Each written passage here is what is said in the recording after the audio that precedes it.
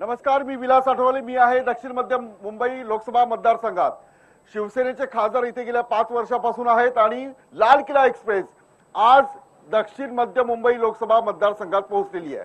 हा खूप महत्वाचा मतदारसंघ आहे. वडाळा असेल किंवा धारावी असेल असे अनेक मोठे जे क्षेत्र आहेत ते या लोकसभा मतदारसंघात आहेत आणि म्हणूनच गेल्या 5 वर्षात नेमकं काय झालं, नेमकं काय व्हायला पाहिजे होतं आणि इथल्या मतदारांना लोकसभेवर पुन्हा कुणाला पाठवायचं, लाल किल्ल्यावर कुणाला पाठवायचं, नरेंद्र मोदी आणि राहुल गांधी यांच्याविषयी त्यांची मतं काय हे जाणून घेण्यासाठी टीव्ही9ची लाल किल्ला एक्सप्रेस दक्षिण मध्य लोकसभा मतदारसंघात पोहोचलेली आहे आणि या चर्चेत सहभागी होत आहेत कर्णबाळा जे आहेत ते मनसेचे तरुण कार्यकर्ते आहेत. त्याचबरोबर अनिल सिंग भाजपचे प्रतिनिधी म्हणून या चर्चेत सहभागी होत आहेत. प्रकाश फातर्फे जी आमदार आहेत या चर्चेत सहभागी होत आहेत. भोसलेजी, निलेश भोसलेजी या चर्चेत सहभागी होत आहेत राष्ट्रवादी काँग्रेसतर्फे आणि विद्याधर जी बसपाचे म्हणजे मायावतींचा जो बहुजन समाज पार्टी पक्ष आहे त्यांचे प्रतिनिधी म्हणून या चर्चेत सहभागी होतात. आणि हे सगळे मतदार आहेत. नेमकं काय झालं गेल्या 5 वर्षात? खासदार होता शिवसेनेचा, काय दिलं लोकसभा मतदारसंघातील मतदारांना? म्हणून पहिली जबाबदारी प्रकाश यांची आहे. तुम्ही मला सांगा की गेल्या 5 वर्षात कुठली कुठली कामं झाली? गेल्या 5 वर्षामध्ये चेंबूरमध्ये भरपूर कामं झाली आहेत. आता तुम्हाला समोर हे दिसतंय, तुम्हाला व्यायामशाळा आणि सगळं आहे. आपण लोकसभा मतदारसंघाविषयी बोलतो, वडाळा असेल, धारावी असेल. हा, मग चेंबूरचं बोलतोय ना. तुम्हाला खासदाराबद्दल बोलायचं आहे ना मला. बोला. आणि त्याच्यानंतर मी माझ्या कामाबद्दल पण येतो. आज हे समोरच दिसतंय तुम्हाला व्यायामशाळा आणि खाली हे केलेलं आहे. हे त्यांची कामं, भरपूर कामं केली त्यांनी. आणि पाठोपाठ या विभागामध्ये, चेंबूर विभागामध्ये 2 नगरसेवक आहेत. ते कंटिन्यू त्यांची कामं चाललेली आहेत. आणि आमदार म्हणून मी जी गेल्या 10 वर्षामध्ये जी कामं नाही झाली आहेत ती आपण करतोय, शिवसेना करते. त्यामुळे अजून काही कामं असलेली असतात, जे मोठी कामं असतात ते खासदार करतात. बाकी जी मोठी टॉयलेट्स ब्लॉक बांधायचे वगैरे ते मी करतो आमदार म्हणून. आणि बाकीचे जे आहेत छोटी मोठी जी कामं आहेत वॉर्डची, हे नगरसेवक करत असतात. आज मी निवडून आल्यानंतर गेल्या 5 वर्षात मला 3 महत्वाची कामं सांगा. चला, 3 महत्वाची मतदारसंघातील मतदारांना दिलासा मिळेल अशी 3 महत्वाची कामं खासदारांनी केली आहे, सांगा. खासदारांनी दिलेली मोठी कामं आहेत, जसे टॉयलेट्स ब्लॉक आहेत तिथे त्यांनी बांधलेली आहेत. बाकी भरपूर अशी कामं या इथे थोडी प्रमाणात कमी आहेत, पण इतर ठिकाणी जास्त आहेत.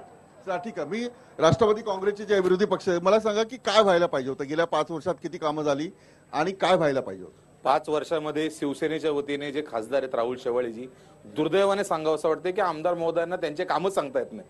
एकही काम झालेलं नाहीये. खासदार म्हणजे जनसामान्य माणसांचा सर्वोच्च सभागृहामधला पार्लमेंटचा सदस्य. त्यांनी काय करायचं? गटर, वॉटर मीटर हे सगळे कामं करायचे असतात का?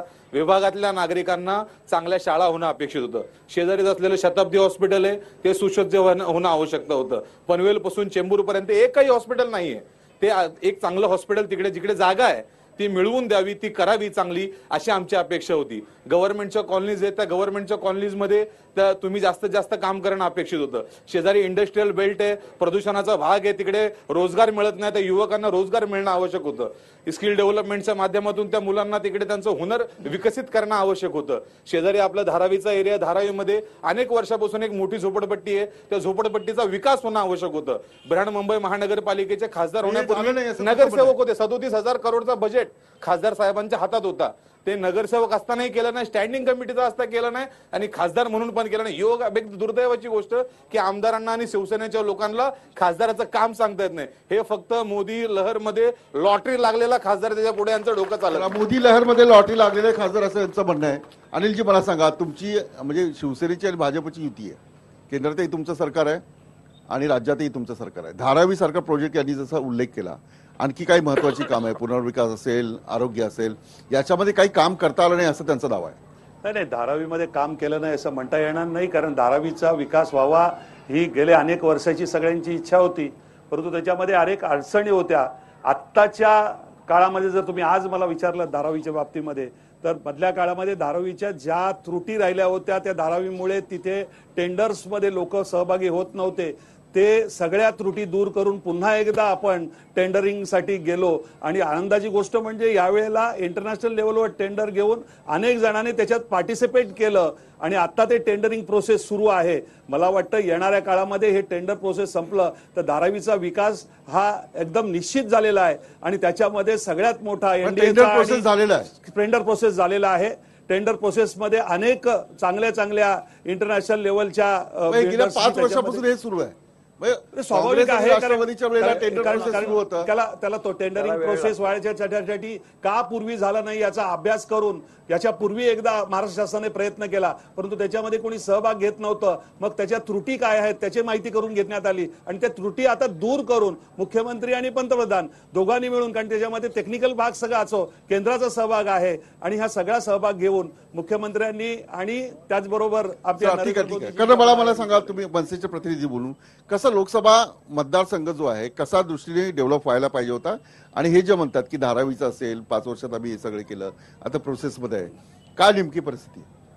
तर कसं आहे की निलेशनी मगाशी सांगितल्याप्रमाणे आमदार साहेबांना खासदारांचं एक काम सांगता येत नाही. एक माननीय अनिलजी सांगतायत की टेंडर प्रोसेस, अहो एक खिडकी योजना तुमची आहे, ऑनलाईन सगळं आहे, ई टेंडरिंग चालू झालं, काय तरी लोकांना फसवत आहो. 5 वर्ष कुठे आपण म्हणजे कोणाला काहीतरी उचलायचं ना आपटायचं? खासदाराचं काम आहे का टॉयलेट संडास रोड करायचं? काय आपण बोलतो काहीतरी इकडे आता ह्याचा उद्देश केला. मी तुम्हाला सांगतो, तुम्ही सायन ट्रॉम्बे रोड वापरायचा, यशवंतराव चव्हाण महामार्ग, खासदारांचं काम तुम्हाला ते दिसेल. एकदम मस्त काम, एनजीओच्या मार्फत मस्तपैकी व्यायामशाळा स्वतःच्या ताब्यामध्ये करून घेतली. हे काम मी नावासहित सांगतो, एनजीओचं काम. इथे साहेब मी लांब जात नाही, घाटल्यातलं सांगतो, टॉयलेटचा विषय काढला म्हणून. ह्या घाटल्यातली दुर्दैव तुम्हाला सांगू काय, 70 रुपये द्यायला लागतात तो टॉयलेटला जायला आम्हाला. 70 रुपये एवढे दुर्दैव. अच्छा हे कोणाला स्थानिकांना म्हणजे भाडूचे त्यांना काय माहिती का, एक टायमाला जायला 3 रुपये. अहो आपण देशात राहतो का कुठे सौदी अरेबियामध्ये राहायला, टॉयलेटला जायला आपल्याला 3 रुपये. आणि स्वच्छता अभियान यांच्या मुख्य प्रकाशजी आता उत्तर द्या तुम्ही. मला सांगा सायन ट्रॉम्बे रोडवर जे काही व्यायामशाळा आहेत त्यांची काय अवस्था आहे? म्हणजे ते म्हणतात की ताब्यात घेतलं म्हणजे काय केलं, लोकांसाठी त्याचा वापर होतोय अथवा नाही? त्यांचा वापर होतोय आणि ताब्यामध्ये काही नाही, ती लोकांच्यासाठी आहे. आणि टॉयलेट बद्दल बोलले, आज घाटला आणि चेंबूरमध्ये भरपूर टॉयलेट झाले आहेत. जवळजवळ 350च्या वर टॉयलेट सीट झालेत, 250च्या वर टॉयलेट सीट रिपेअर झालेत आणि 300 टॉयलेट पाईपलाईन मध्ये. आणि असं नाहीये की पैसे घेतात वगैरे. मला सांगा मेंटेनन्ससाठी पैसे लागतात की नाही? मग ते का फुकटामध्ये होणार आहे का? त्या कामगारांना पगार द्यायला नको? मग आम्ही समजा 5 रुपये किंवा 10 रुपये समजा माणशी घेतले किंवा घरामागे घेतले, काय चुकतं? मेंटेनन्स व्हायला पाहिजे की नाही? टाळ्या वाजवा, वाजवा टाळ्या, तू पण वाजवा. पैसे द्या, टाळ्या वाजवा. बरोबर आहे. ठीक आहे. आता सुरेशजी तुम्ही लोकसभा मतदारसंघाकडे कसं बघता मला सांगा. आता ही चर्चा तुम्ही ऐकलेली आहे, मी सर्वांना संधी दिली आहे. या लोकसभा मतदारसंघात गेल्या 5 वर्षात काय व्हायला पाहिजे होतं सांगा. बघा, या जो लोकसभा मतदारसंघ आहे या मतदारसंघामध्ये जास्त स्लम आहे आणि या स्लम मध्ये एसआरएच्या संदर्भात आपण बघितलं असेल, बऱ्याचशा ठिकाणी एसआरएच्या संदर्भामधलं जे आंदोलन चालू आहेत, लोकांना घरं मिळालेली नाहीत, लोकांच्या कोणत्याही नागरिक सुविधा नाहीत. आता पांढरपूर सारखा आमचा विभाग आहे ज्या ठिकाणून माननीय आमचे खासदार हे नगरसेवक पासून सुरुवात केली, त्यांनी तिथे नगरसेवक होते, परंतु आजही या घाटल्यामध्ये तिथली मुलं 5 किलोमीटर 2 किलोमीटर शाळेत चालत येतात. ही आमच्या खासदाराची या ठिकाणची परिस्थिती आहे. आमच्या मुलांना 3 किलोमीटर वरून डोंगरावरून खाली चालत यावं लागतं. महिलांना आजही तिथं पाणी नाहीये. सह्याद्रीनगर सारखा पट्टा आहे, त्या ठिकाणी जी संगमनगर सारखी झोपडपट्टी आहे सायन कोळीवाड्यामध्ये, तिथं गेले तर तुम्हाला गलिच्छ वस्ती काय असते ही या खासदारांना दाखवायची असेल तर ती तुम्ही दाखवली पाहिजे. कारण गलिच्छ वस्ती जी आहेत, सगळ्यात जास्त गलिच्छ वस्ती कुठं असेल तर या खासदारांच्या मतदारसंघात आहे. आणि हे खासदार जे आहेत ते खासदार झाल्यापासून त्यांनी ज्या पद्धतीने काम केलेलं आहे, त्यांनी जे सांगितलेलं आहे संडास आणि झोपडपट्टीचा खूप मोठा प्रश्न. हा बोला. हे आमदार साहेब जे बोलले टॉयलेटचं शौचालयाविषयी, याच विभागातलं चेंबूर विभागातलं आचार्यनगर म्हणून एक विभाग आहे. या ठिकाणी साहेब 2 महिने झाले त्या लोकांना 700 लोक आहेत, त्यांना 7 टॉयलेट वापरायला मिळत आहेत. याचं उत्तर आता तुम्ही द्यावं. आणि जर 7 टॉयलेट जर त्यांना वापरायला मिळत आहेत तर त्या केडी लाईट म्हणून डेव्हलपर आहे, त्यांच्या दबाव बिल्डरशाही खाली बाकीचे अधिकारी आणि बाकीचे जे राजकीय नेते आहेत एवढे दबलेले आहेत की अधिकारी सुद्धा त्यावर कारवाई करायला तयार नाहीत. तुम्ही टॉयलेटच्या सुविधा पुरवल्या असं सांगताय, मग त्या लोकांना 700 लोकांना 60 टॉयलेट हे काय याचं ठीक आहे. आता तुम्ही शिवसेनेचं काम करता जेव्हा त्या काय सांगता येईल? आता हे सगळे तर म्हणतात की काही काम करत नाही, फक्त टॉयलेट आणि याच्यावरती ते गेलं नाही कोणी. आता बघा आठवलेजी, आज आपण पंतप्रधान इलेक्शन एक्सप्रेस लाल किल्ला कुणाचा यासाठी निघालो होतो आणि आज निघाल्यानंतर हे सगळ्या पक्षाचे वारकरी तिथे बसून जो तो सांगणार. तिथे जर मनसेचे पदाधिकारी बसलेत किंवा राष्ट्रवादीचे बसलेत आणि बसपाचे, जर त्यांनी सांगितलं की शेवाळे साहेबांसारखा खासदार भेटणारच नाही, तोच खासदार आम्हाला पाहिजे, तर मग त्यांना विरोधक म्हणून कसं चालेल? साहेब, या ठिकाणी टीबीचे रुग्ण सगळ्यात जास्त आहे. टाटा इन्स्टिट्यूट ऑफ सोशल सायन्सचा अहवाल आहे चेंबूर आणि या सगळ्या परिसरात. कारण इथे केमिकल्स फॅक्टरी आहेत, डम्पिंग ग्राउंड आहेत. जर तुम्ही रात्रीचा जर फिरलात तर तुम्हाला तो वास सहन होत नाही. याच्यामुळे सगळ्यात जास्त टीबीचे रुग्ण साहेबांच्या मतदारसंघात आहेत. त्याच्यानंतर बीएमसीच्या शाळा आज राजरोसपणे बंद होत आहेत. शिक्षणाचा दर्जा घसरत चाललेला आहे. हा, आता तुम्ही बोलत असताना इकडे काय गडबड होत होती, महिलांना कोणाला बोलायचं इथे? हा थांबा. हा, शताब्दीचं काय पुनर्वसन, फक्त नाव बदललं असं त्यांचं म्हणणं आहे. हॉस्पिटलमध्ये ते आता बोलतायत की आता काही नाही, पण जे खासदार, आमदार आणि नगरसेवक यांच्या प्रयत्नाने एवढं काम चालू झालेलं आहे. आणि जे टेंडर काय काम झालं सांगा? हॉस्पिटलमध्ये औषधं नव्हती, ते नगरसेवकांनी आमदारांनी ती सर्व बीएमसी मध्ये प्रस्ताव मांडून आमदारांनी आपल्या विधानसभेमध्ये आणि नगरसेवकांनी महानगरपालिकेमध्ये मांडून त्या लोकांनी औषधांचं केलंय. ठीक आहे, माझ्या ब्रेकची वेळ झालेली आहे. एक छोटासा ब्रेक नंतर ही चर्चा सुरू. ब्रेक नंतर पुन्हा एकदा स्वागत. मी दक्षिण मध्य मुंबई लोकसभा मतदारसंघामध्ये आहे. शिवसेनेचे खासदार आहेत आणि त्यांनी केलेल्या कामाविषयी किंवा केंद्र सरकारकडून, राज्य सरकारकडून या लोकसभा मतदारसंघासाठी किंवा देशाच्या धोरणात्मक निर्णयाविषयी त्यांनी काय काम केलं याचा लेखाजोखा करतोय. याचं कारण असं आहे की 2019ला लाल किल्ल्यावर इथून कोण खासदार जाणार आहे, कोण पंतप्रधान पदाला कोण पसंती देत आहे याविषयीची ही लाल किल्ला एक्सप्रेस आहे. आणि म्हणूनच या ठिकाणी मुंबई जेव्हा आपण विचार करतो तेव्हा मराठी टक्का कमी होतोय अशा प्रकारची एक भावना लोकांमध्ये तयार होते. आणि त्यातच या चर्चेत शाळा बंद होतात, मराठी शाळा बंद होतात, या मुद्द्याला मी हात घालतो. मला हे सांगा की निलेशजी, की मुंबईतल्या मराठी शाळांची अवस्था काय? तिथले जे कार्यकर्ते भारिपचे ते म्हटले की मुंबईच्या मराठी शाळाही बंद होत आहेत. सेना भाजपचं सरकार आहे, दोन्ही पक्ष मराठीचा उदो करतात, म्हणजे गुणगान गातात, पण प्रत्यक्षात काय परिस्थिती? बृहन्मुंबई महानगरपालिकेच्या माध्यमातून पूर्ण मुंबईभरामध्ये मराठी शाळा चालवल्या जातात. बृहन्मुंबई महानगरपालिकेचा अंदाजे 2400 ते 2500 करोड रुपयाचा एज्युकेशन कमिटीचा फक्त बजेट आहे. आता अडचण काय मराठी शाळा बंद होण्याच्या? कारण भूखंड मोठे आहेत.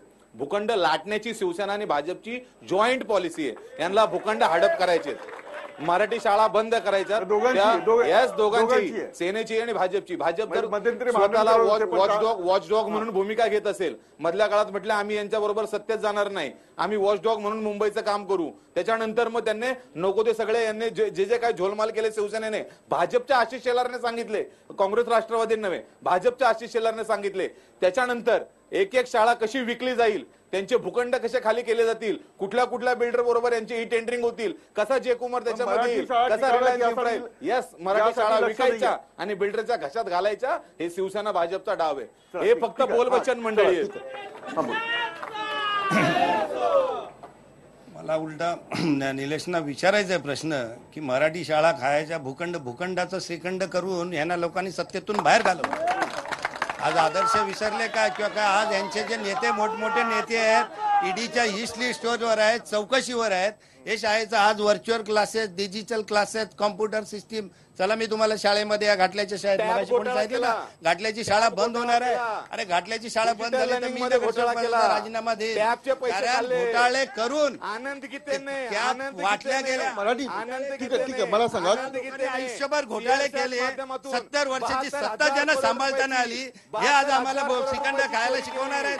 काय होत आहे की एकदा चॅनलच्या समोर बसलं तर मी कसं धुतल्या तांडा, ही यांची पॉलिसी आहे. मी तुम्हाला सांगतो, इथून खासदार राहुल शेवाळे एवढ्या प्रचंड मताधिक्याने निवडून येणार आहे ना, त्याच दिवशी ह्याच मैदानात तुम्ही येऊन तुम्हाला आज सेना भाजपच्या. मला हे सांगा की मराठी शाळांची काय अवस्था? ती काय ते म्हणतात की शाळा बंद झाली. मराठी शाळेला मी माझ्या वॉर्डमध्ये इंग्रजी माध्यमाची शाळा सुद्धा सुरू केली, सेमी इंग्रजी माध्यमची. आज मराठी माणसाला एवढ्या 27 वस्तू नाही, आज 32 वस्तू सर्व खर्च मिळतोय. आज काय होतंय की पालकांची मग शाळा बंद होत नाहीये. नाही शाळा ते बोलतात ते खोटं बोलतात, असं ते बोलतात. जी बोलला घाटल्याची शाळा, तुम्ही सकाळी या. ती जर जो घाटल्याची शाळा बोलला ना, उलटा माझ्या बाजूला एक शाळा तोडून नवीन बांधण्यात येत आहे आणि ती विद्यार्थी तात्पुरती बाजूच्या शाळेत ठेवलेले आहेत. घाटल्यात एक शाळा नाही, उलटा वैभवनगर सारखी शाळा मी अद्ययावत बांधून केलेली आहे. आणि शाळा ठीक आहे, त्यांना बोलायचं. त्यांनी हात वरती केला. कुठला पक्ष? शिवसेनेचे आहात का तुम्ही? कुठल्या पक्षाचा नाहीये? चला. मी कुठल्या पक्षाचा नाहीये, मी इथला भूमिपुत्र आहे. जो ओरिजिनल इकडचा आहे तो आहे. मुळात आमच्या जमिनीवर अनेक झोपडपट्ट्या झाल्या, त्याच्यासाठी अनेक सुविधा करतायत लोक, बरेच लोक इथे बसलेले आहेत. परंतु ह्या ट्रॉम्बे विभागामध्ये आमची 12 गावं आहेत आगरी लोकांची आणि कोळ्यांची 2 गावं आहेत. त्याच्यानंतर कोणी काही बोलत नाही. अनेकदा अन्याय होते. आमच्या जमिनी, आमची घरं ही क्लस्टर वे टाकलेली आहेत. बोलत नाही, बोलत नाही. शिवसेना पण नाही बोलत, भाजप पण नाही बोलत, BSP पण नाही बोलत, राष्ट्रवादी पण नाही बोलत. आमची घरं तोडायला येत आहेत, घरं तोडायला येत आहेत आणि याच्यामध्ये SRM टाकलेली आहेत, SRM मध्ये टाकलेली आहेत आमची घरं. खरं नाही, मला सांगा, तुम्ही हसताय म्हणजे हे खरं बोलतात म्हणून पाठिंबा देताय की खरं आहे? चला ठीक आहे, मग SRIचा खूप मोठा प्रश्न आहे आता. हे खूपच चिंताजनक आहे. हा, विद्यार्थ्यांची बोला. हा, सुरेशजी बोला. खासदार आहेत हा, ऍडव्होकेट वीर सिंग यांनी यांच्या संदर्भामध्ये संसदेमध्ये, राज्यसभेमध्ये प्रश्न उचललेला आहे. आगरी आणि कोळींचा जो समाज आहे त्या समाजा संदर्भातला कोळीवाड्यांचा प्रश्न, या ठिकाणच्या मच्छीमारांचा प्रश्न आमच्या खासदारांनी संसदेत उचलला आहे. परंतु इथं बसलेले एकाही पक्षाच्या खासदारांनी उचलला नाही. तो बहुजन समाज पार्टीच्या खासदारांनी उचललेला आहे. शिवसेनेचे आमदार तुकाराम काते, शिवसेनेचे आमदार तुकाराम काते, तुकाराम काते, शिवसेनेचे आमदार तुकाराम काते MMRDA वरती इल्लीगली भरणी करत होते, त्यांच्यावरती हल्ला झाला. शासन काय करते, प्रशासन काय करते? शिवसेनेचा हप्ता घेणाऱ्या आमदारावरती कारवाई केली का? कोणी थांबवलं होतं यांना? ठीक आहे. मी ब्रेक घेणार आहे. ब्रेक नंतर मी देशातील राजकारणावर चर्चा करणार आहे की नेमकं नरेंद्र मोदी आणि राहुल गांधी यांच्याविषयी इथल्या मतदारांना काय होतं, ही चर्चा एका ब्रेक नंतर पुन्हा एकदा स्वागत. आता मी देशातील राजकारणावर चर्चा करणार आहे. नरेंद्र मोदी यांचं 5 वर्ष सरकार आहे आणि आता 2019ला इथल्या मतदारांना पंतप्रधान पदावर कुणाला पाठवायचं आणि का पाठवायचंय याविषयीची चर्चा आहे. कारण पंतप्रधान निवडताना तो आपली देशाची प्रतिमा ही आंतरराष्ट्रीय पातळीवर चांगली ठेवेल किंवा आपलं देशातील जो कारभार आहे तो योग्य प्रकारे करेल, अशा प्रकारची अपेक्षा मतदारांपासून, खासदारांची असते, आमदारांची आणि सगळ्यांचीच असते. म्हणूनच या विषयावर मी चर्चा करतो. मला हे सांगा की नरेंद्र मोदी हे पुन्हा पंतप्रधान व्हावेत असं किती लोकांना वाटतं? हात वरती करा. चला ठीक आहे, हात खाली. हा, हात खाली करा. चला, राहुल गांधी पंतप्रधान व्हावेत असं किती लोकांना वाटतं सांगा? चला ठीक आहे. पप्पू आणि चौकीदार चोर अशा प्रकारचं एक वातावरण गेल्या 5 वर्षात आहे. तुम्ही नरेंद्र मोदी पंतप्रधान व्हावे म्हणून हात वरती केला. मला सांगा का झाले पाहिजे? ठीक आहे, तुम्हाला विचारतो. हा, मला सांगा, आता खासदारांची निवडणूक आहे. राहुल शेवाळे साहेबांनी या संपूर्ण पनवेल पासून अगदी विटीपर्यंत जी हार्बर लाईन आहे, या हार्बर लाईनची अतिशय गंभीर प्रश्न होता की तिथे 9 डब्याच्या गाड्या होत्या. आज स्टेशन वाढवलेत, 12 डब्याच्या गाड्या चालतात. या नागरिकांची व्यवस्था चांगल्या प्रकारे करतात आणि संपूर्ण ज्या परिस्थिती नसलेली गोवंडी स्टेशन किंवा चेंबूर स्टेशन, कुर्ला प्रत्येक स्टेशनला सरकते जिने लावले. आज तुम्हाला स्टेशन चांगल्या.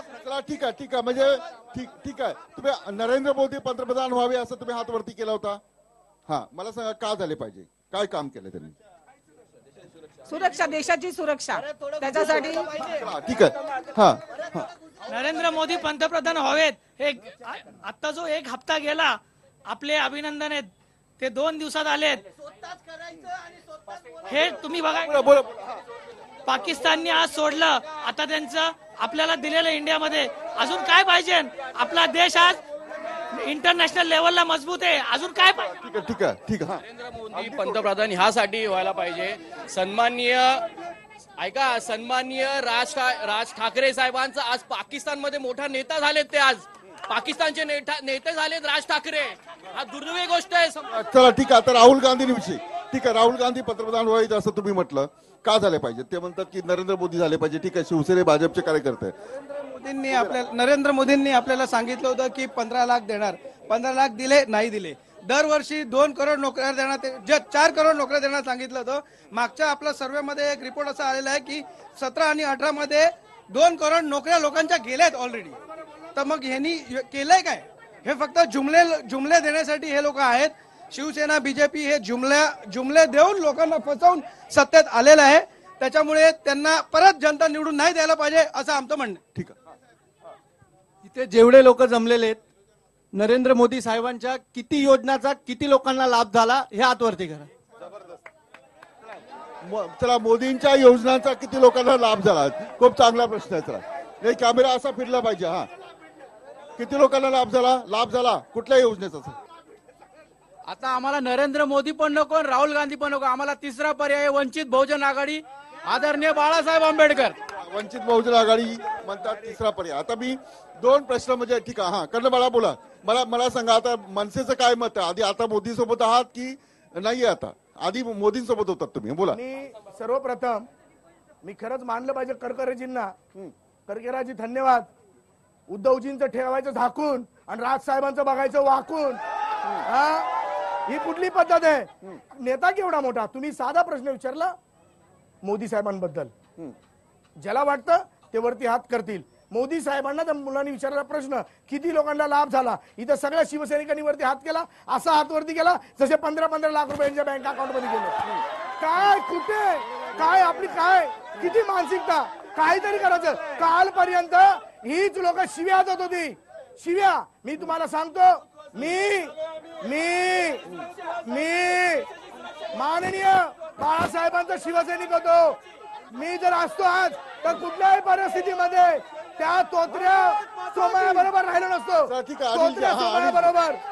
आणि त्याच्यामुळे विशालजी, विनायकजी, तुम्हाला मी सांगतो, आमचं ठेवायचं झाकून आणि दुसऱ्याचं बघायचं वाकून.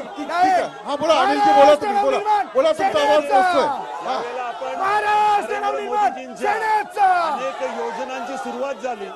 जनधन पासून जी लोक बँकेपासून वंचित होती अशा लोकांना त्यांनी बँकेपर्यंत पोहोचवलं. जो भ्रष्टाचार कॅश मध्ये होत होता तो जनधन मध्ये डायरेक्ट आता जावं लागला. एक महानगरपालिकेचं उदाहरण देतो मी. महानगरपालिकेच्या वस्तू खरेदीमध्ये काही होत होतं असं सगळ्यांना वाटत होतं. आता ते महानगरपालिकेचे पैसे शिवसेनेची सत्ता आहे ना त्याच्यामध्ये. आम्ही थेट ते पैसे आता विद्यार्थ्यांच्या अकाउंट मध्ये टाकणार. म्हणजे हा फायदा त्यांचा झाला. त्याच्यामध्ये असा आरोप करत होते लोक. आपल्या जे काही योजना आहे, जनधन योजना असू दे, आमच्या उज्ज्वला योजना असू दे, प्रत्येक घरामध्ये जाऊन आपल्या ठीक आहे सुरेशजी, नाही ठीक आहे. मुंबई महाराष्ट्र गोव्यापर्यंत रोड आहे किंवा समृद्धी महामार्ग आहे, असे चांगले चांगले सुविधा या आणि ठीक आहे सुरेशजी, आता तुमचा बसपा पक्ष आहे. नाही बसपा पक्ष, माझा प्रश्न आहे का तुमचा बसपा कोण पंतप्रधान व्हावं आणि महाराष्ट्रात तुमची स्ट्रॅटेजी काय असणार सांगा. आमचं स्पष्ट मत आहे, उत्तर प्रदेश मधून या देशाच्या फ्रंट नेशनलचा रस्ता जातो आणि उत्तर प्रदेश मधून आम्ही माननीय मोदींचा रस्ता बंद केलेला आहे. बहन मायावतीजींनी आता डिक्लेअर केलेला आहे. थर्ड आघाडीच्या त्या फ्रंटच्या नेत्या आहेत आणि त्या तिसरा पर्याय म्हणून या देशामध्ये या 70 वर्ष काँग्रेसला लोकांनी आजमावलं, भारतीय जनता पार्टीला आजमावलं, एक वेळ बाबासाहेबांची शेरनी या देशाची प्राईम मिनिस्टर. ठीक आहे, आता राष्ट्रवादी काँग्रेसला राहुल मंजूर आहेत का तुम्हाला शरद पवार करायचे पंतप्रधान? बाळासाहेब ठाकरे पिक्चर पाहिला मी. त्याच्यामध्ये बाळासाहेबांनी सांगितलेलं की महाराष्ट्राच्या मराठी मातीचा पंतप्रधान व्हायला पाहिजे. बाळासाहेबांनी सांगितलेलं म्हणून तरी यांची इच्छा आहे का, हा पहिला प्रश्न. मराठी माणसाचं बोलतो, नाव घेतलं नाही मी. बाळासाहेबांनी सांगितलेलं म्हणून. दुसरा विषय, यांना मॅन्डेट काय होता? 2 करोड लोकांना रोजगार देणार, 15 लाख रुपये देणार, गॅसच्या योजनामध्ये भाव कमी करून देणार, skill development, make in India, made in India, startup India, मुद्रा लोन, रोजगार निर्मिती करून देणार. काय झालं युवकांसाठी? काय भारत कुठे नेऊन ठेवलाय? त्या विषयावर काय? ठीक आहे. आता एक वेगळा प्रश्न. चला, गेल्या वेळेला नाही माझा आता इथे नाही माझा प्रश्न असा आहे, नाही माझा प्रश्न असा आहे की गेल्या वेळेला म्हणजे मराठी पंतप्रधान झाला तर शिवसेना त्याला पाठिंबा देईल आणि प्रतिभाताई जेव्हा राष्ट्रपती झाल्या तेव्हाही त्याला पाठिंबा दिला होता काँग्रेसचं सरकार असताना. मला सांगा की शरद पवार जर पंतप्रधान झाले तर किती लोकांना वाटतं की शरद पवार पंतप्रधान झाले पाहिजे? शिवसेनेच्या लोकांनाही वाटतं. ठीक आहे, एकट्या शिवसेनेला वाटतं. तुम्हाला चला शरद हा चला ठीक आहे. बघा हे शिवसैनिकाला हात ना वरती केला, तुम्ही केला. हा सन्माननीय शिवसेना प्रमुखांचं असं म्हणणं होतं की मराठी माणूस देशाच्या उच्च स्थानावर बसणार असेल तर कुठल्याही बाबतीत आम्ही त्या मराठी माणसाला मराठी माणूस म्हणून पाठिंबा द्यायला कधीही तयार आहोत. आता आम्हाला आमचे नेते राष्ट्रवादीचे सांगतायत की 5 वर्षात काय करताना आलं, आम्ही फक्त 5च वर्ष आलं. ह्याच्या अगोदरचे भूखंड आणि श्रीखंड ह्यानीच लाटली ना हो, तेव्हा काय करत होते? मग त्याचं उत्तर त्यांनी अगोदर द्यावं आम्हाला. पण मला सांगा की उद्धव ठाकरे पंतप्रधान पदासाठी शरद पवारांना पाठिंबा देतील, समजा देतील का असं वाटतं तुम्हाला? हो देतील. हा कुठल्या पक्षाच्या आहात? नक्की नक्की पक्की हिंदुस्थानी. चला नक्की, नाही तर मी उद्या दाखवेल. चालेल, मी पक्की हिंदुस्थानी आहे. खासदार कसा पाहिजे आणि ही सगळी चर्चा आली, काय प्रश्न आहेत सांगा. प्रश्न म्हणजे मी एक बोलतो मी मनसे आहे, एक बोलते मी राष्ट्रवादी आहे, एक बोलते हे आहे. मला ते नाही, मी बोलते तुम्ही एकमेकांची तांगड्या खेचतात, त्यापेक्षा हिंदुस्थानी खरं बनवून दाखवा मला एकत्र होऊन. तेच मी मागते. मला काय नाही, खरा प्रश्न तो आहे का खरं हिंदुस्थानी बनून मला एकही होऊन दाखवा, तर खरा हिंदुस्थान पुढे होईल. सगळे एकत्र झाले तर देश पुढे जाईल. काय प्रश्न आहेत, काय वाटतं चर्चा आहे? खासदार कसा पाहिजे, पंतप्रधान कसा पाहिजे आपल्याला? नाही पण सर्वांना धरून आणि जातीभेद न मानता आणि भारतीयांचा विचार करायला पाहिजे आणि आपला स्वतःचा विचार नको करायला. हे पॉलिटिकलपणा सोडून सर्व देशाचा विचार. खूप राजकारण होतं का? सगळं पॉलिटिकल होतं प्रत्येक गोष्टी. राजकारण चाललेलं, एकमेकांना चिकट फेकत राहणार आणि परत एकत्र जेवायला बसणार, हे सगळ्याला माहिती आहे. पण ते आम्हाला नको. आम्हाला खरा भारतीय पाहिजे, खरा या मातीचा माणूस पाहिजे आणि खरा त्याला भारताचा फक्त महाराष्ट्राचा नाही पुऱ्या भारताचा त्यांनी विचार केला पाहिजे. याच्यात जातीभेद आणि पॉलिटिकलपणा काहीच नाही. ठीक आहे, माझ्या ब्रेकची वेळ झालेली आहे. एक छोटासा ब्रेक नंतर ही चर्चा सुरू राहील. ब्रेक नंतर पुन्हा एकदा स्वागत. हा माझा शेवटचा सेगमेंट आहे आणि वेळ माझ्याकडे खूप कमी आहे. पण इतर काही प्रश्न आहेत का किंवा आणखी काय हा लोकसभा मतदारसंघ कसा असायला पाहिजे, खासदार कसा असायला पाहिजे, ही माझी चर्चा आहे. मला हे सांगा, तुम्ही कुठल्या पक्षाचे आहात? शिवसेनेच्या. चला शिवसेनेची संधी आली. इथे कुठल्याही पक्षाचा कार्यकर्ता नाही असं कोण आहे? तुम्ही आहात. चला ठीक आहे. काय नाव तुझं? दिनेश. काय करतो तू? मी काम करतो. काय कसलं काम करतो? जे मंडपाचं इलेक्ट्रिक सर्व. अच्छा, किती शिकलास? मी 9वी. आता मला सांग, तरुणांना रोजगार वगैरे आहे काय देशामध्ये? काय काय वाटतं मिळेल का? एखादा शिकला, समजा डॉक्टर झाला, हे झाला किंवा पदवी झाली तर रोजगार मिळेल असं वाटतं? असं वातावरण आहे? आहे, मिळेल ना. मिळेल. त्यांना वाटतं रोजगार मिळेल. आणखी विद्यार्थी कोण आहेत? मला हे सांगा, विद्यार्थी कोण आहेत? चला ठीक आहे. आता एक शेवटचं. मी सन्मान्य राजसाहेब ठाकरेंचा कट्टर समर्थक आहे. वय काय? वय 21 आहे. वार्ड 153 विद्यार्थी सेना. हा, राजकारण साहेबांसाठी काही पण. राजसाहेब ठाकरे, बाळासाहेब म्हणतात. पहिली गोष्ट, सन्माननीय पंतप्रधान मोदी बोलले होते वर्षाला 2 करोड तरुणांना रोजगार देणार. 5 वर्ष झाली, किती तरुणांना रोजगार भेटला? 10 करोड नाही. काल की परवाच NSO चा रिपोर्ट आला, त्यानुसार असं आलं 1 करोड 16 की 17 लाख माणसांचा रोजगार गेला. कशामुळे गेला? नोटबंदी आणि GST मुळे. काय दिलं काय? आम्हाला पंतप्रधान अटलजी बिहारी वाजपेयी सारखा पाहिजे ना, ते इंदिरा गांधींसारखा पाहिजे, जो देशाचा विचार करेल, नाही गुजरातचा. वय वर्ष 21, राजकारणात आहे, राज ठाकरे यांचा कार्यकर्ता आहे. आता तुम्ही ऐकलं, बोलायला हुशार आहे. चला अगदी थोडक्यात साहेब, राज ठाकरेंबद्दल आता बरेच कार्यकर्ते थोडक्यात. तर आम्हाला एकच सांगायचं आहे की जेव्हा महाराष्ट्राचा विचार येतो साहेब महाराष्ट्राचा विचार करतात, जेव्हा देशाचा विचार येतो तेव्हा साहेब देशाचा विचार करतात. हीच भूमिका राजसाहेबांची. आणि दुसरा एक महत्वाचा प्रश्न माझा इथल्या स्थानिक सेनेच्या आणि बीजेपीच्या लोकांना असेल की आपण देशभक्तीचा एवढा शेकी मिरवता.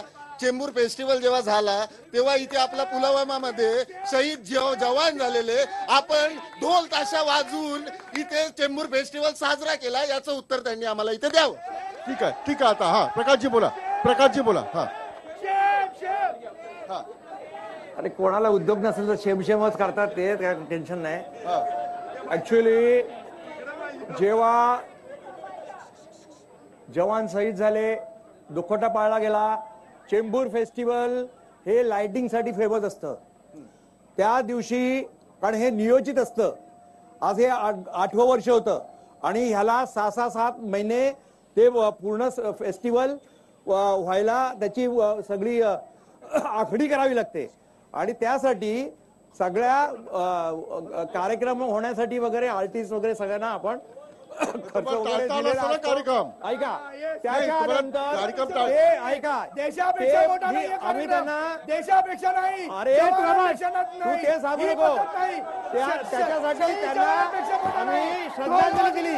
दुसऱ्या दिवशी आम्ही कॅन्डल मार्च सगळं तिकडे केलं आणि प्रत्येक कार्यक्रमाच्या वेळी शहीद जवानांनी तुम्ही श्रद्धांजली दिली आणि मग कार्यक्रम अगदी थोडक्यात विरोधी पक्षांमुळे प्रतिक्रिया बोला अगदी थोडक्यात बोला. अतिशय दुर्दैवाची गोष्ट आहे की पुलवामामध्ये देशाचे 40-42 मुलं आपले शहीद होतात आणि आमदार साहेब जे चेंबूर फेस्टिवलचे अध्यक्ष आहेत ते सांगतात की आम्ही ते कॅन्सल करू शकत नाही कारण पूर्वनियोजनाचा भाग नाही. यांनी कलेक्शन केलेले असते, कलेक्शन केलं आणि कार्यक्रम जर ऐका लोकांचे पैसे घेतले होते, कलेक्शन केलेलं असतं. कलेक्शन केल्याच्या नंतर जर कार्यक्रम केला नाही नियोजित कार्यक्रम होता तर पुढच्या वेळेस त्यांना पैसे देणार नाही. यांचं कामच आहे जय भवानी जय शिवाजी टाक खंडणी एवढा त्यांचा धंदा आहे. यांना बाकीचे कामं जमत नाही. आम्ही लोकसभाचा विषय बोलतोय. सेंट्रल बिझनेस डेव्हलपमेंट प्लॅन आणणार होते वडाळा शिवडीला, काय झालं त्याच्यावरती चर्चा करायला काय तयार नाही. स्किल डेव्हलपमेंट इंडियाच्या माध्यमातून किती लोकांना तुम्ही प्रशिक्षित केलं, बोलायला तयार नाही. Make in India, made in India, startup India कुठे त्याच्यावर बोलायला तयार नाही. काही आश्वासनं तुमची दिलेली, सरकार तुमचं आहे, सरकार तुमचं आहे, सरकार तुमचं आहे, सरकार तुमचं आहे. गेल्या 5 वर्षाचा जर तुम्ही अहवाल बघितला तर राज ठाकरे साहेब ह्याच मोदी साहेबांची वाहवा करत होते आणि आज ते त्यांच्या विरोधात आहेत. ह्याचा पण विचार करावा. ठीक आहे अगदी एक शेवटची प्रतिक्रिया. अगदी हा शेवटची प्रतिक्रिया. हा आता राष्ट्रवादीच्या कार्यकर्त्याने जे आरोप केले, मी त्यांना असं विचारतो की ज्यावेळी आपला शरद पवार महाराष्ट्राचा मुख्यमंत्री होता, संरक्षण मंत्री होता, प्लस आपला कृषी मंत्री होता, त्यावेळी या लोकांनी काय केलं होतं? चोरी करूनच साहेब रत्नागर नारकर पासून आमची झोपडपट्टी आहे SRA. आम्ही अजूनपर्यंत झोपडीत जात नाही, तर त्यांना विचारा आम्ही कधी जाणार बिल्डिंग. चला ठीक आहे. चला SRAचा प्रश्न चर्चेला आलेला आहे. SRAचा प्रश्न चर्चेला आलेला अनेक प्रश्नांवर ही चर्चा झाली आहे. दक्षिण मध्य मुंबई लोकसभा मतदारसंघातलं राजकीय वातावरण कसं असेल, काय प्रश्न आहेत आणि काय प्रश्नाला हात घालावा लागेल याचं एक चित्र जे आहे या लाल किल्ला एक्सप्रेस मध्ये पाहायला मिळालं. मी कार्यक्रम इथेच थांबवतो. आपण पाहत राहा TV9 मराठी.